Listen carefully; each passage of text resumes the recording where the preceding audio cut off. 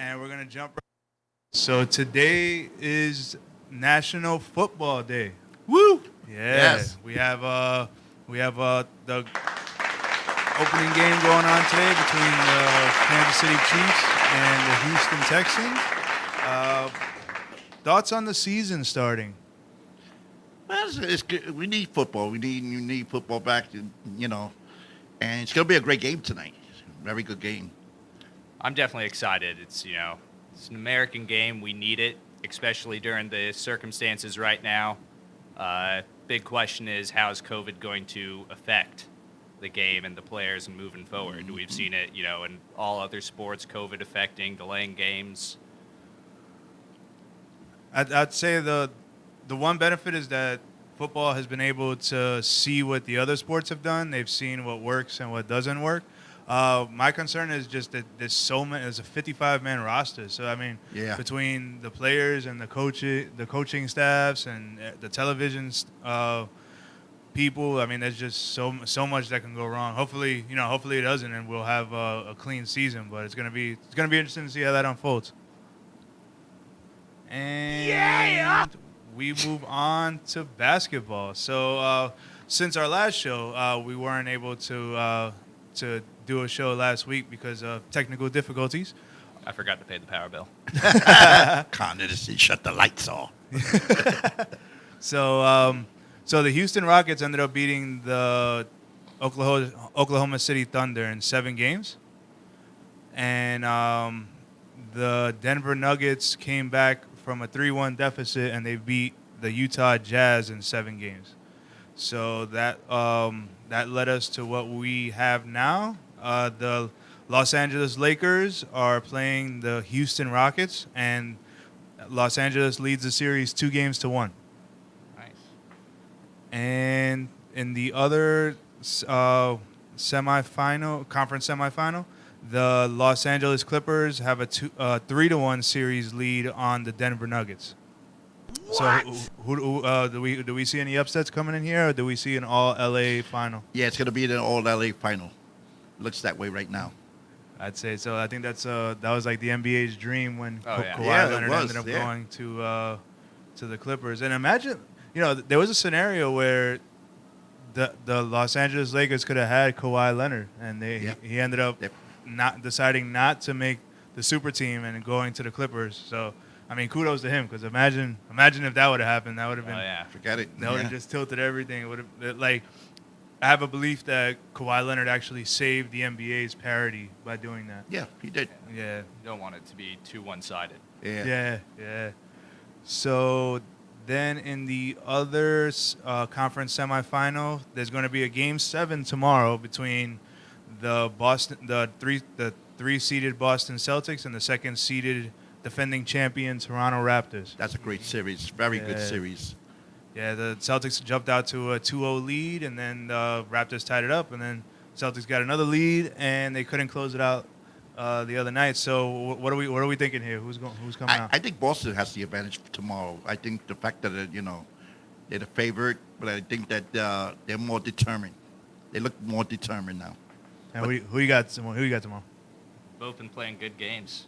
Yeah. I don't know. I'm definitely on the fence on it. All right, I'm gonna go Celtics just because. Hopefully the Raptors lose. I mean, when you look at the Knicks, I mean, they're 2 division rivals anyway. I don't know, you just don't like Canada. When the Raptors won last year, it would just grind my gears. It was just awful. So hopefully, because even when the Knicks were decent, I mean, I'm not gonna say they were good, but even when they were decent, the Raptors were always able to beat them. And then they've been absolutely pistol whipping them ever since. It's just awful.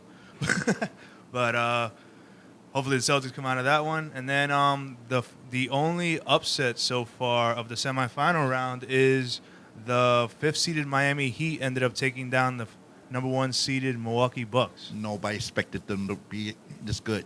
But they're playing well. They're playing with heart. And they're going to take that series. Yeah. Definitely rested up during COVID. Yeah. They ended up going for the clean sweep when the Bucks had to go to the 5 games in order to advance in the series, and they ended up losing their superstar player, the Greek Freak. Greek Freak. Yep. Fortunately, Yep. so yeah, Miami's going. Jimmy Butler's Oh, doing he's his playing thing. out of this world right now. Yeah, and Goran Dragic. Roderick. Yeah, so they're doing well. So it'd be interesting to see how that comes out. But I mean, if looking at on paper, you'd have to think that one LA team is going to end up winning the NBA Right. Finals. Yeah, Just exactly. a matter of who. Yeah. So it's gonna be a fun one there. All right, so now we're gonna move on to the NHL. Right now, since our last show, we moved on into the conference finals. But in the conference semifinals, the 6-seeded Islanders ended up winning against the first-seeded Philadelphia Flyers in 7 games. Yeah. And then the second-seeded Tampa Bay Lightning ended up beating the 4th-seeded Boston Bruins 4-1. That was the only one that didn't go to 7 games. Nice. And in the Western Conference semifinals, we had the first-seeded Vegas Golden Knights. They ended up beating the 5th-seeded Vancouver Canucks in 7 games. And then the upset Dallas Stars as a 3-seed ended up beating the 2nd-seeded Avalanche in 7 games. Thoughts on that? Well, like I said, it's a big game for the Islanders. If they don't win the next one, they're going to be Yeah. down 3-0, and it's going to be hard to come back. But Well, I'd say all 3 of these 4 series, the Islander series, the Vegas series, and the Stars series, all of them had a 3-1 lead, and they all ended up losing games 5 and 6. Yeah. But then all 3 of them ended up winning game 7, so there wasn't the big 3-1 comeback in any of those series. But yeah, they were fun to watch. They were fun to watch, especially I'd say the Western Conference seems to be the big speed game. right. Yeah. When you watch those series, like they're just track meets. Oh, for yeah. the whole 60 minutes. The Eastern Conference games seem to be more of like I don't know. Yeah, they're basic. more like your like kind of like half court or half ice game if they have it. It seems a bit slower. There's just a drastic difference between watching these 2 conferences go at it. So then we go to now we are in the Eastern Conference Finals and the Western Conference Finals. So we are in the Final 4 currently in the NHL. In the Eastern Conference, the New York Islanders are down 2-0 to the Tampa Bay Lightning. And in the Western Conference, the Dallas Stars are tied with the Vegas Golden Knights at 1 game apiece, with Game 3 going on tonight. Yeah. All right, so Xander, we're going to ask for your thoughts on the Tampa Bay New York Islanders series. Tampa Bay is a great team. I was definitely worried when I heard we were going to be going against them. I'm super stoked that we're in the semifinals here. Yeah. What is it? I think the last time was 1986 or something. Yeah. It was like that long ago. Yeah. But Well- yeah, it's great. They're a great team. They definitely pushed the Islanders. That first game was absolutely brutal to watch. I left the bar early. Last night's game was good, though. We held them off pretty good. Our defense came back strong. I was super stoked during the Flyers Islanders series. That was just a great series from start to finish to watch. I enjoyed every single game, especially since my cousin is a huge Flyers fan. And we trash-talked each other on the phone a little bit during the whole thing. That was a lot of fun. But, yeah, I'm really excited for the Islanders. I was kind of thinking, like, who would I rather be matched up with? You know, the Knights or Dallas? And then I'm like, well, we're playing the Lightning right now. We got to get through that first. Yeah. Yeah. All right, your thoughts on the series? Well, like I said, basically tomorrow's a key game. You know, they got to win that game tomorrow. If they can get back in the series, anything can happen. You know, they are capable of coming back. It's playoff hockey. You got to take it 1 game at a time. That's all you can do.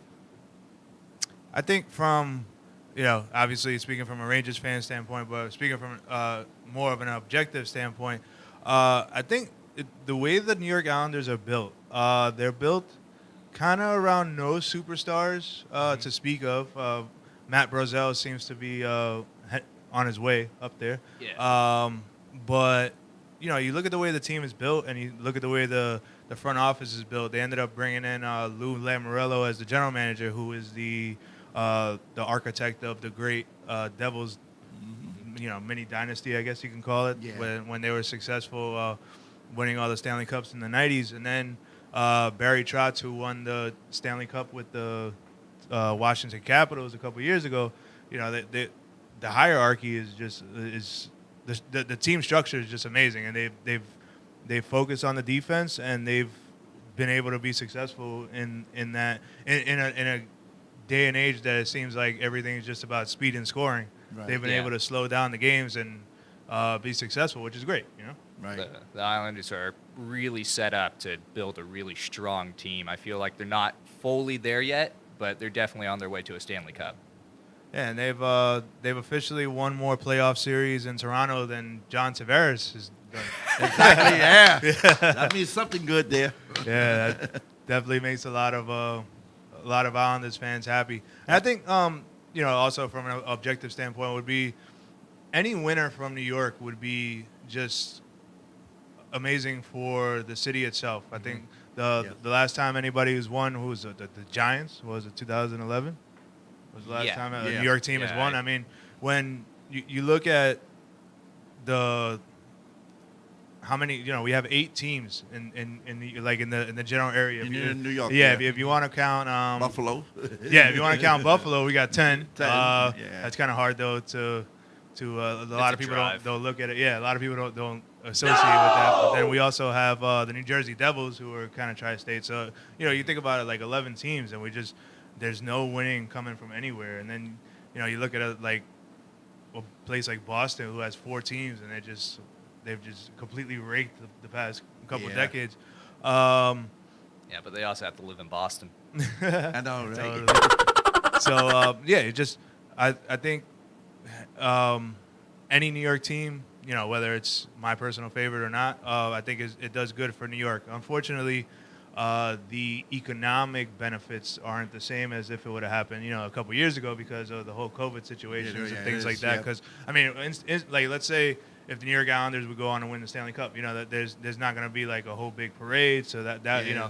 it wouldn't help the economy for everybody, going down the Canyon of Heroes and things like that. Things like that, yeah. Yeah, or maybe they'll walk down someplace in Long Island eventually. Yeah. I don't Well, know, Long but- Island is definitely more open than the city is. Like, they have indoor dining and stuff now. They'll probably do a little something, even just at the Coliseum.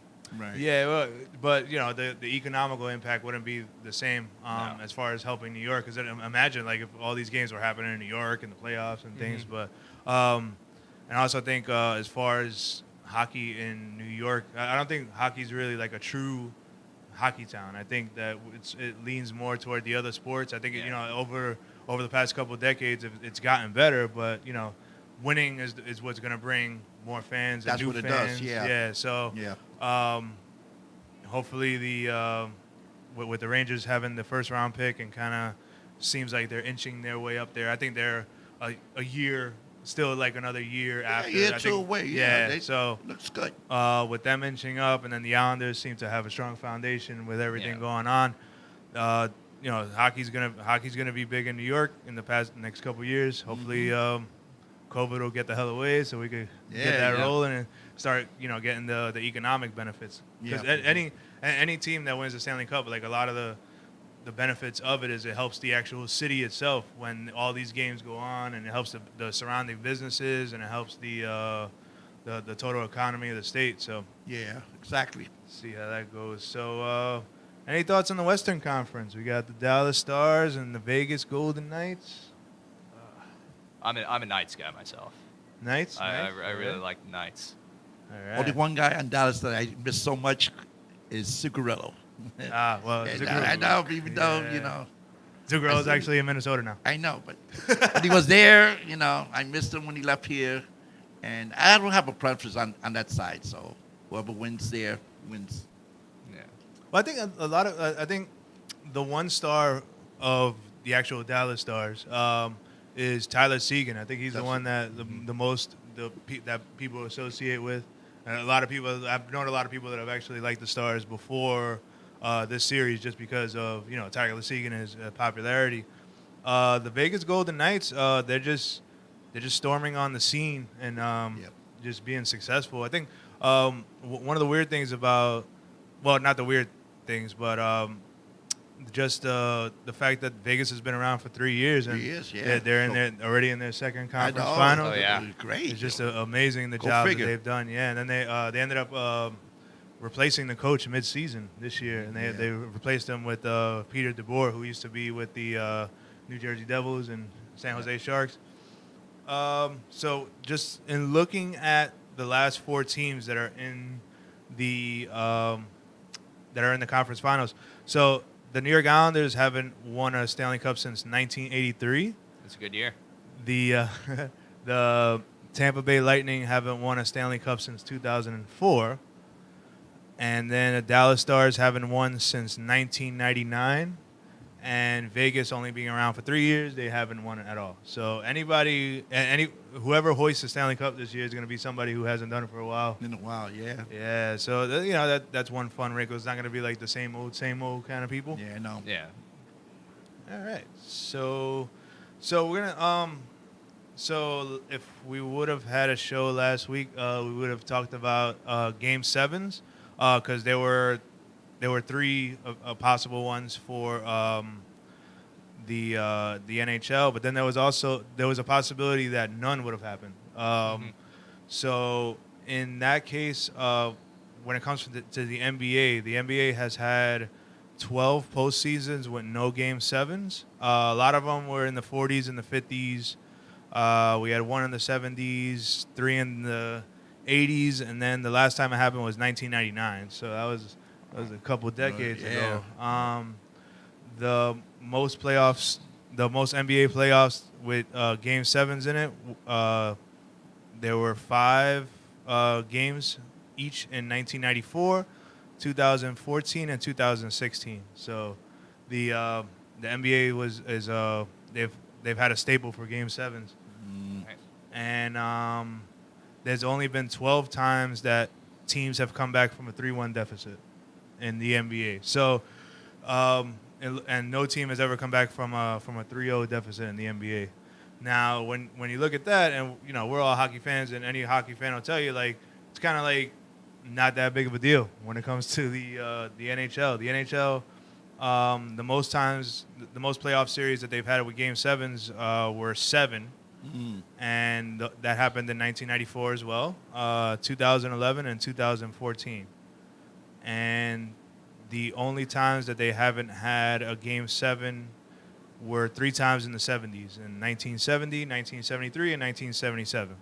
But there was 28 times that a team has come back from a 3-1 deficit to win the series. None of which happened last week. It almost happened. No. There were 3 shots at it. Yeah. And all the teams who had the 3 wins, they ended up holding it down. And there's been 4 times that teams have come back from a 3-0 deficit. So seems like there's not much comparing hockey and basketball, but their playoff structures are the same. There's the 18. There's the 16 playoff teams, the 8 in the Eastern Conference, 8 in the Western Conference, Right. and they all play each other until they get to the final 2 and play in the respective final series. And they all do game 7. The NBA, the first round was 5-game series for a little while there. I think that stopped like early 2000s. Then they switched to 7 games. So it's all the same thing. There's 4 rounds, 7 games to win the best of 7 series. Yeah, best of 7. Yeah. each round. So what are your thoughts on that information? Well, basically, I think it's a better structure because 5 games sometimes a short series, but it's a better competitive. It's more competitive with 7 games. So I think the best teams that play each other, let it go 7 games. If it goes 7, it's more economy, for the fans. And TV ratings, everybody loves that. So I think the 7-game series is much better, especially the finals. Definitely getting to game 7. Just any game 7 game is amazing to watch. Just both teams giving it their all. Mhm. You know, you got this one shot, Yep. and they're insanely fun to watch. If it's a sweep, sweeps are cool if you're on the winning side, but it's not that interesting to watch the games because there's not too much risk. Yeah, I think, and to go back to the Kawhi Leonard factor, I think that's something that he definitely. I mean, because imagine if Kawhi Leonard was on the Lakers right now, they'd be sweeping everybody. Forget it. So in the NHL since 1987, there's only been 2 times where there were no Game 7s. That was 2008. No, sorry, 1998 and 2007. And since 2008, there's only been one Stanley Cup playoff that has had less than 3 Game 7s in it. So that they're super accustomed to Game 7, and we ended up getting 3 in the last round. We'll see what happens in this round. Mm-hmm. Do we see any Game 7s in this next round for the NHL? Could be. Like I said. So which series, in your opinion? I could definitely see Dallas and Knights going to Game 7. Yeah. For sure. Well, I'd say one thing though, like if Brandon Point, if he didn't come back to the last game, if he doesn't Tampa Bay Lightning forward, if he doesn't come back for that next game, might help the Islanders get a couple games there. Yeah. All right, so we're gonna go into the Major League Baseball. So last week, the Yankees and the Mets, to stay local, they ended up finishing their series, and they ended up they won 3 games each. A couple double headers in there, a couple 7-inning games, which I'm not a fan. I'm kind of confused about that. What's that? Okay, if you have a postponement, like there were 2 games postponed at Citi Field, right? Right. And the fact of the matter, if you make up the game, why would the games switch to Yankee Stadium? I mean, it's just a question. I mean, always figured that if you postpone the game, wherever the place was postponed, you will make up the game. But like I said, it's part of baseball. But the fact of the matter is, the Yankees are a great team. They're a great team. They play well at home. But the thing is, like I said, even though it wouldn't have mattered. But the fact of the matter is, if you have a game that's postponed at one stadium, why you don't make it up in that stadium? Yeah. I kind of found that odd, but yeah, it was a good series. But it was still a good series. Yeah, to fill everybody in at home to exactly what Mr. Cowbell Man is talking about is there was supposed to be 3 games at Citi Field, and there was supposed to be 3 games at Yankee Stadium. That when the time came for the 3 in Citi Field, that's when the Mets had their little COVID issue where they had one player and one staff member who ended up contracting the virus. Luckily, those are the only 2 that ended up getting it, but it was at the time nobody knew, so they had to postpone the whole weekend. When they rescheduled the weekend, they ended up agreeing to playing 5 games at Yankee Stadium in the 3 days, where there was a doubleheader on Friday and a doubleheader on Sunday. But in each game of those doubleheaders, one of those games, the Mets were the actual home team. There so were they 2 ended up games that the Mets were the home team. they ended up batting second. So yeah, it was weird. I mean, if you think about the logistics of it, I mean, they could have just did 2 games on Friday at Well, they had an Citi Field. open date, and they didn't schedule the game for that date. So that's why I found it odd. Yeah, and the weird thing was like the actual 2 games where the Mets were the home team one was on Friday and the other was on Sunday. So it was kind of weird the way that whole. And they were both off the next day. So Yeah. you could have scheduled that Monday. Yeah, it was weird And the then, way. and then the worked out. Thursday, you had another open date, which you played that game at Citi Field. Yeah. I'd have to agree with you with the way the different dimensions are with in different ballparks. There is an actual home field advantage when it comes to baseball. We've discussed it in shows in the past because in hockey you only have like the last line change and that's it when it comes to home team. But in a neutral site, all the ice is the same and everything, all the dimensions are the same. And in basketball, there's just absolutely no benefit with no crowd. There's just everybody that's just basically playing on the court. Right. And but in baseball, you do have the different dimensions. You have what will be a pop up in Citi Field or a fly out in Citi Field will end up being like a home run in Yankee Stadium. Yeah. So you got those things. But so in thinking about it, what is how big of a deal is the Mets versus the Yankees? You know, it happens every year. You know, it gets the fans going. But what does it actually mean? Like, how important is it to you?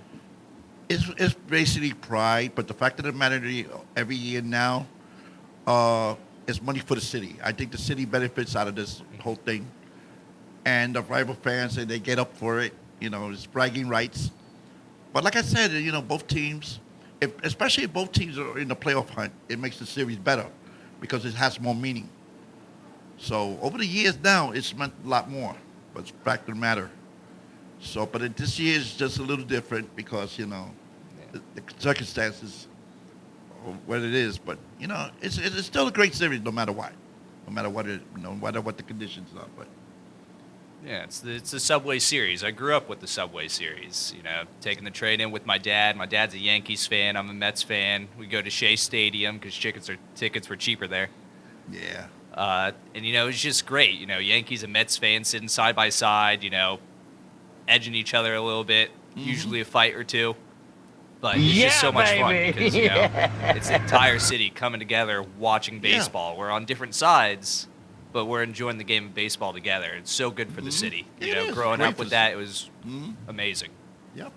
That's cool. So, in my opinion, I think it's overrated. I think, honestly, I think the way, like, all right, so the Yankees and the Mets, they have like a city rival, and that's all great with the fans. But when it comes to actual baseball itself, like they're intra-division, intra-league. So they're not even, you know, like when the tiebreakers come in for playoffs and things like that. Like the first tiebreaker goes into the division, then the next one goes into the league, and then the one afterward is like, you know, it's basically like they're kind of meaningless games. Like if it wasn't Yankees versus Mets, like for the city, it would be just, you know, you throw out, you know, like you don't have to throw out your best pitchers because you want to save them for your divisional games.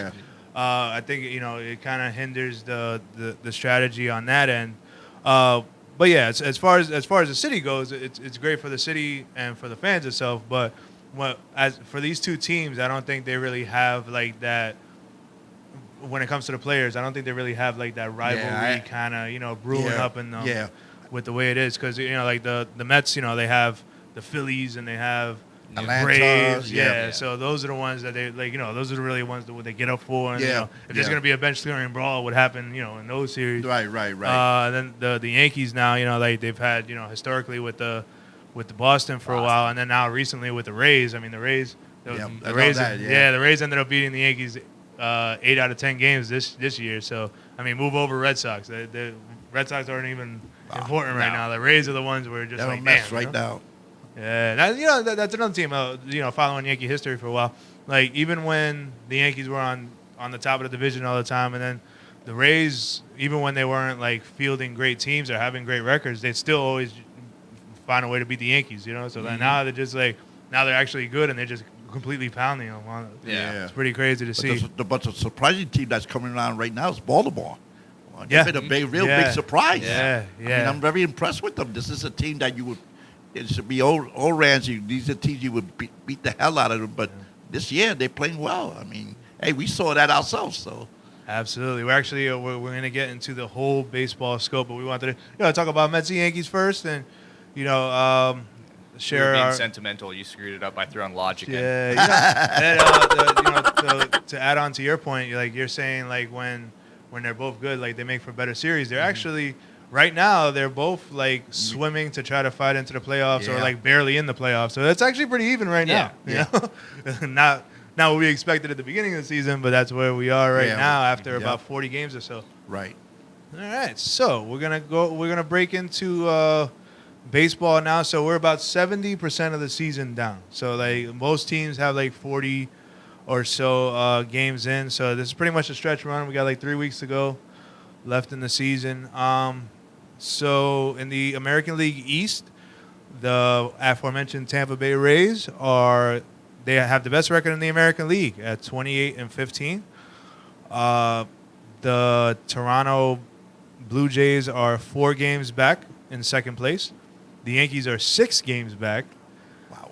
And the Baltimore Orioles, who we haven't mentioned on this show when we do this, they're actually 7.5 games back. So the Yankees right now hold the 8th and final playoff spot for the American League, and now Baltimore is a game and a half behind them. So they're inching their way over there. Sneaking in.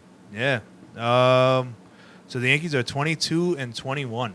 It's one game over 500. That's just when you look at the beginning of the season. Yeah, nobody could have seen that coming. I mean, a lot of people picked the Yankees to be on top, but they are not, and they are right now fighting for the playoffs. And what looked like a certainty is not looking like a certainty now. They went on a stretch where they lost 5. They went 5-15 in 20 games. Right. Yeah, so they're digging themselves a hole there. So No. No. He wasn't ready. He wasn't ready.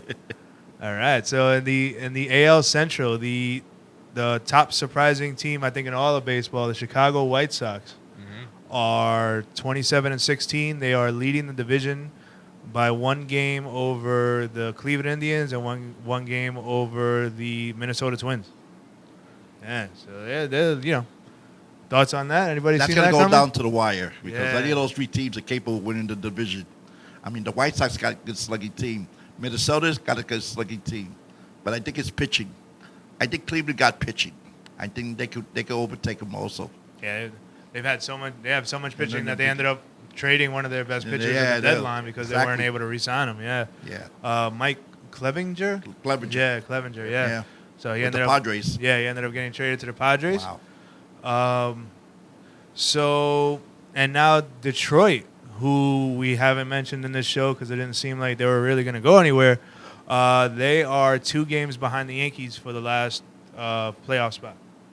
Yeah, so they are looking like they're not going to do anything for the division, but they're in that race kind of to sneak into the playoffs and make some noise. This whole expansion of playoff system has helped a lot of other teams who normally wouldn't be in it. Yep. Yeah. Yep. Put Absolutely. them right back in the picture. So, it could be anybody's division or anybody in the playoff spot now. Yeah. Yeah, we broke it down on a show on a past show, where now it's basically the top 8 teams in each league are going to be advancing to the playoffs. It used to, what was it?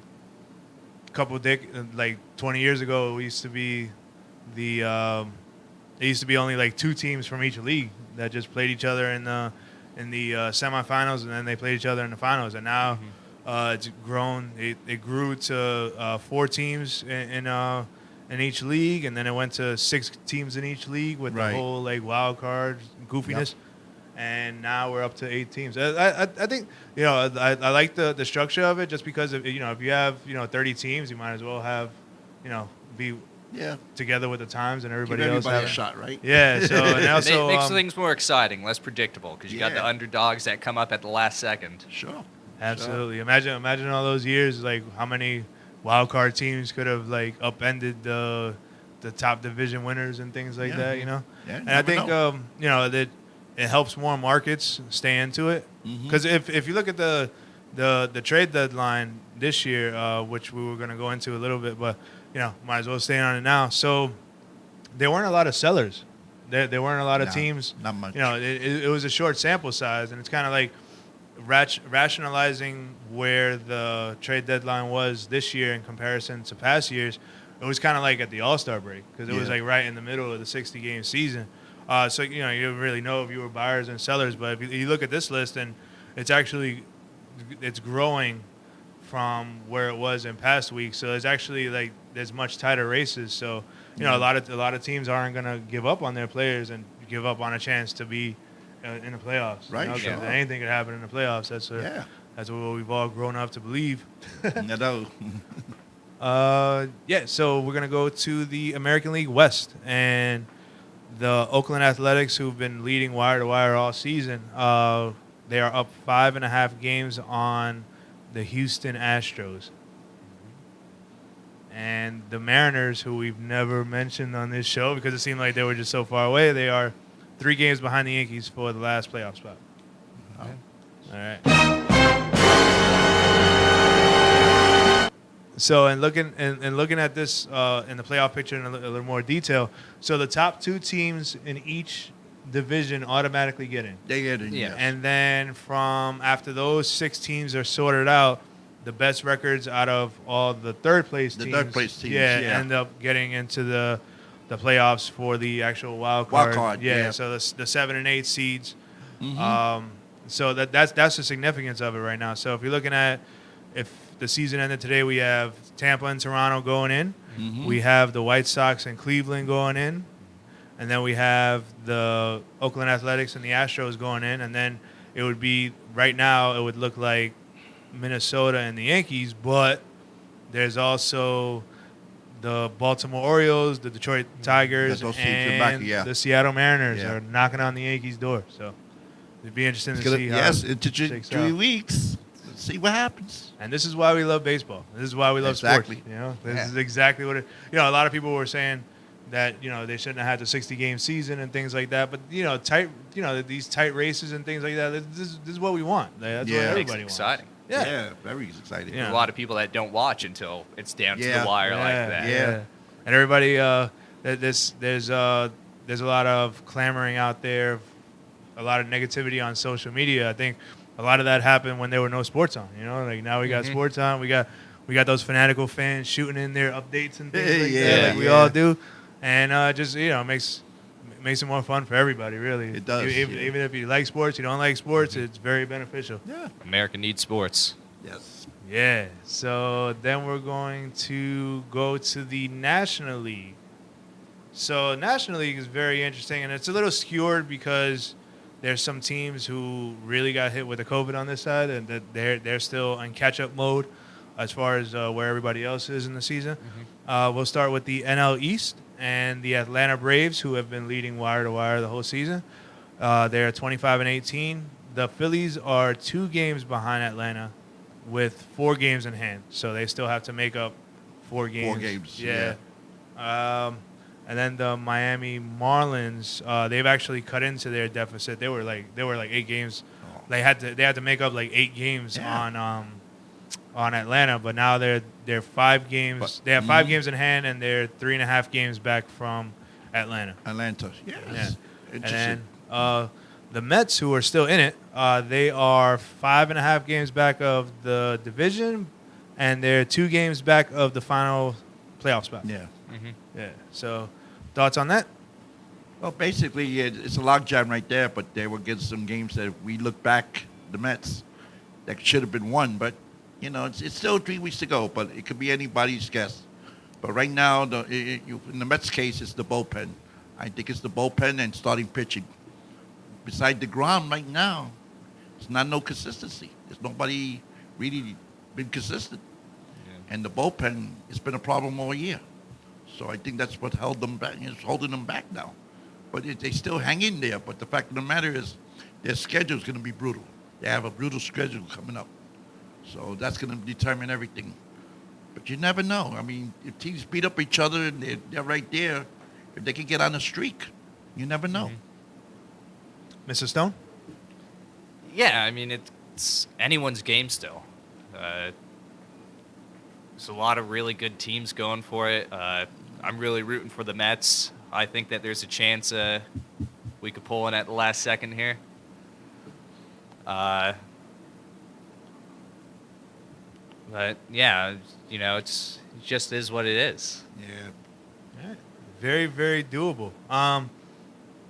Actually, on past shows, I've picked that I thought the Mets were actually going to win the division this year just because of the way they were built. I didn't see I thought Cespedes would have much more of an impact. That was kind of a weird situation how he ended up leaving the team. Anybody got thoughts on that? I wasn't too happy about the way he left Yeah. his team, but the fact of the matter is that you played your contract year, and then all of a sudden certain things were going on with this guy, and apparently he didn't see eye to eye with the situation.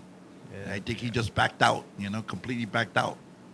Yeah, so for anybody who I don't think we actually covered the Cespedes on this show, but anybody tuning in at home, he basically no showed on a Sunday and then ended up opting out of the season. That He opted out of the season like in the middle of the game that he ended up Yeah, no exactly. showing for, which Yeah. is weird, And then the weird situation about that was, when you think about past players and you think about like, past celebrities and things like that, how many times do you find, like God forbid, they passed away in the hotel rooms and things like that. Anything could have happened, and everybody, like a bunch of people were worried about Yeah, him. there and was then he they ended sent up- security to the hotel to find out where he was. Yeah, he was nowhere there. he was a He man. already unpacked his stuff. I mean, he packed his stuff and he left.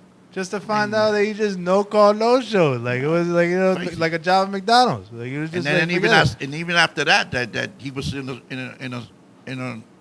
a mall. He was hanging out in the mall Yeah. with some young Spanish lady. Come on, who does that? It's just You like know? at the end of the day, it's extremely unprofessional. Yeah, any job whatsoever. Yeah. If one day you just don't come in, don't call, don't say anything, and then just disappear, it's not the right way to do things. There's a better way to go about it than what you did. See, Yeah. I agree with Marcus Stroman did, because what Marcus Stroman said, he gave reasons, and he stated one of the reasons that was absolutely right. He stated going to Miami was going to be the real concern for him. Going to Miami and playing those games in Miami, and look what turned out when we went to Miami. Yep. He was absolutely right. So at least he notified the Mets. He gave his reasons, and we respect that. But the way Cespedes did it, he just left and that's it. That was just awful. He poof like magic, It's probably that Weeks notice. Yeah, no, it's no call, no show. That was the absolute. That's got to be the worst situation that's happening is, from it all of is. them, because It a lot is. of players, like they opt out, they have their reasons, they have their Right, concerns, exactly. but he just completely did it the wrong way. Sometimes I felt like he just didn't want to play no more. That's the way I looked at it. Yeah, you make enough money.